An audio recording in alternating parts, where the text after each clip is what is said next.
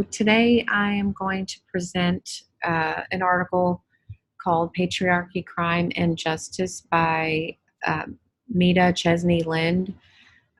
This article talks about the challenges that face the field of criminology and the backlash that the field is getting up against feminism and other movements such as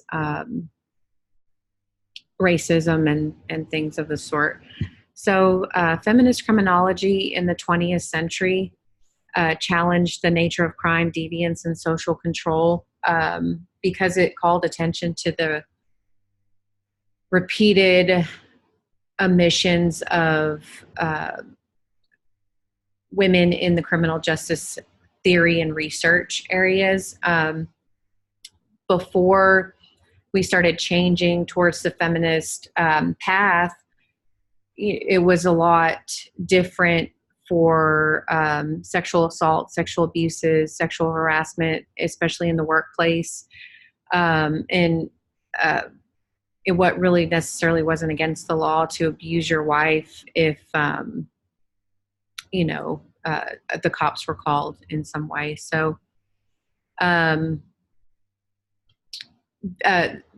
basically naming female violence has had a big impact on public policy. So when we started bringing light to sexual assault and sexual abuse and talking about it, policies started to change. It was a lot harder to call people, naming like females as delinquent or criminals because it was domestic violence and victimology were things that the women were experiencing, and when they would fight back, it's not doesn't necessarily mean that they were criminals or delinquents. In the 80s and the 90s, research kind of changed because the documentation of the girls and their, say, participation in gangs, as their roles are changing and women are fighting for more equal rights, the media starts to say that they're trying to be like men. Sexual and physical victimization as pathways to crime. So that's basically talking about a woman that is sexually abused or is physically beaten up, maybe by her husband or someone else, and that's giving them an excuse to be a criminal. And we know that that's just not true, because there are some women that have been sexually assaulted and physically abused and are not criminals. But the explanation for female criminals is kind of these two things that are going on in feminist criminology. So the right wing really affected feminist criminology because the early years were kind of like intellectual, and they were it was just a new field of study. Americans have gone from so the Civil War to the 1950s, and there's been so many different things that the government has really tried to use in order to repress any type of pushback from the feminist agenda. They use crime as a problem, and civil disorder, violence, racism, war on drugs, all of these things have been used to gain political strategies, or their political strategies to gain um, a resistance to women's rights. I mean, that's literally what our government is doing. Is it's trying to repress it, but the feminist criminology is in a position now where they can really challenge these right wing politicians, um, because society is at a place right now where they really want to listen. So, one of the things, like I was just saying a minute ago, is that crime has always been used as a code word. So basically, we have George W. Bush got his presidency because of the felony disenfranchisement of the African Americans. And we have also Dukakis was defeated because of the Willie Horton incident, which George Sr. won. He played on that. Reagan played on the war of drugs and basically white people's fear of black crime. But where we're at now is that we really have to theorize this patriarchy and crime in order to be successful. So we can talk about it, but it doesn't mean, if there's no theory to back it up, if there's no extensive studies on feminist criminology and the backlash that it receives from political, right wingers or the government or different groups within the United States, then it's not going to move forward. And that's pretty much the gist of it. Patriarchy is a system of social stratification. So if you are not a male, you're not going to be able to fit into every single box, I guess you can say. And the feminists, the females really have a unique position in our society that are where they're affected by the patriarchy. So race, gender, and crime. So there's a link. Dubois, W.E.B. Dubois, saw a link between the criminal justice system and race-based systems of control.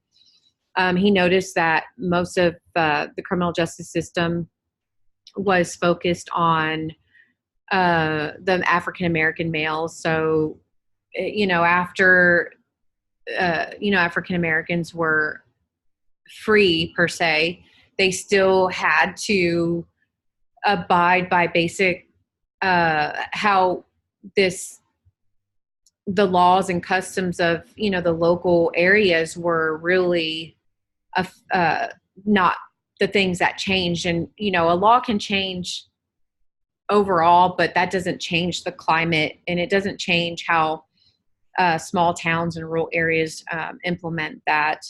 And then also he talked about the mass incarceration of African American and Hispanic females, which is, it's really, well, this is a more recent thing, I guess you can say. But between 1986 and 1991, incarceration of African American women grew by 828%, which is amazing, because white women's incarceration rate only grew by 241%. And the reason why these percents are so big is because, this is a time where we're just now starting to define women as criminals. Further research needs to be done on how misogyny and racism intertwine as control. So, misogyny is basically a woman, the hate for women, and kind of trying to keep women down in a way, and racism. And there, unfortunately, there's, Black women or Hispanic women or women of minorities have this kind of extra layer of control that maybe a white woman might not have. And that a lot of that has to do with the media. So the media is really has a lot of say on what the American people really think about. A lot of different comedians, a lot of different newspapers and news outlets talk about feminism as a bad thing, and that when this movement is getting started, it goes about, they start talking about girls as wanting to be like boys, and they really go away from the fact that it's not a separation. It's not whether or not somebody is treating equally. It's just a male and a female are different and should be treated differently, but equally. So in a minute, we'll talk about what kind of some of the things that's caused, but the media has dismissed feminism. NBC did a story on bad girls in the 1980s, but they also left out what bad boys look like. So that affected the way people are looking. And we have in the 80s the war on drugs, and that's kind of when mass incarceration started. In 1990s, you see media stories about the gangster girl. And then they also talk about girls are becoming more like boys, and that's just not the case. It's just, women are kind of standing up a little bit more. Masculinization theory is basically that violence is not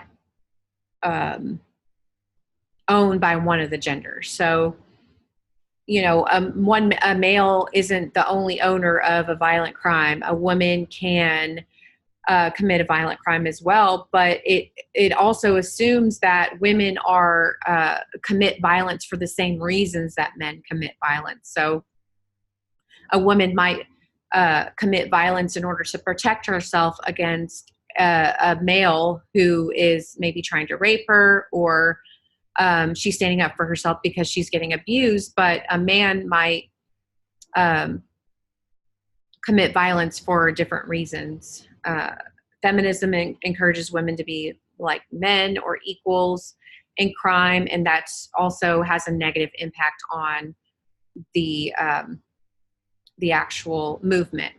Boston Globe, San Jose Mercury News, and Newsweek all talk about how girls are just are different kind of offenders and they're kind of they're starting to become men. Violent offenders, there's been a 40% increase for females and only a 4% increase for males. And that's because we started incarcerating more females and more African-American females. And the way that the media has portrayed these females is that maybe an African-American woman just sees that that's where she's going to end up and this is where she's going. She's going to be a female offender because that's what the media says and that's what people are agreeing with. So it kind of aids in that self-fulfilling prophecy. Criminalizing victimization, like I was talking about. So for domestic violence, you go to a domestic violence call and the woman needs help, but there is a problem with that because now she is possibly going to be a criminal for committing offense. And you can see the statistics for the increase in those arrests for females.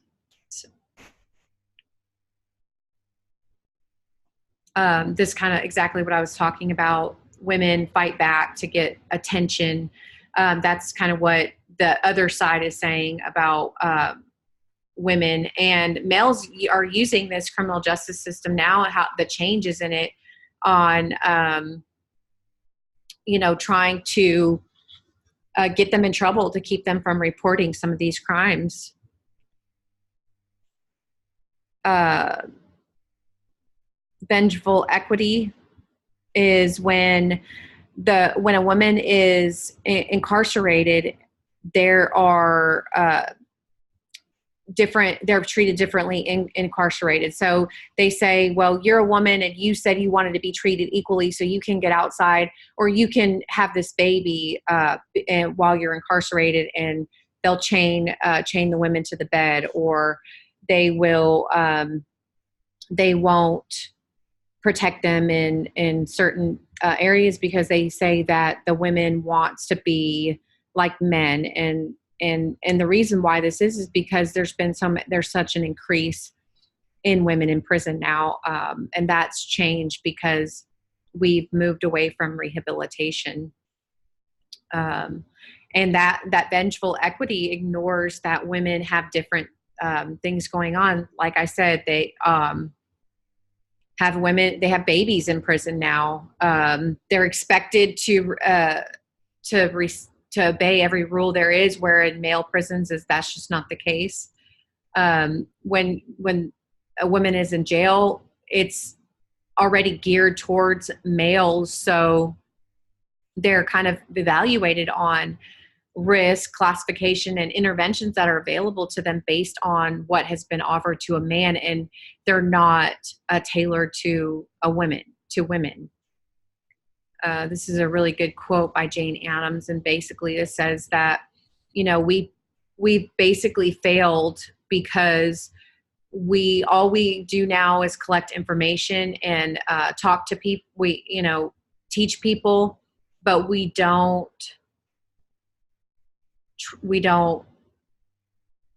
work on the person itself for them to adjust their behaviors.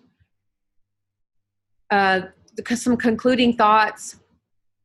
Some ways that we can help this feminist criminology: we can blend activism with scholarship. We can start studying. We can start writing papers and publishing in feminist magazines. We can document the different lives of criminalized women, and then we can start making sense of how some of these policies are affecting in a positive way or a negative way this whole movement. And we can challenge policies that create backlash for feminism and civil rights. So when we see something that doesn't seem right, we stop it. So I went a little bit over, but that's all I have. Thanks.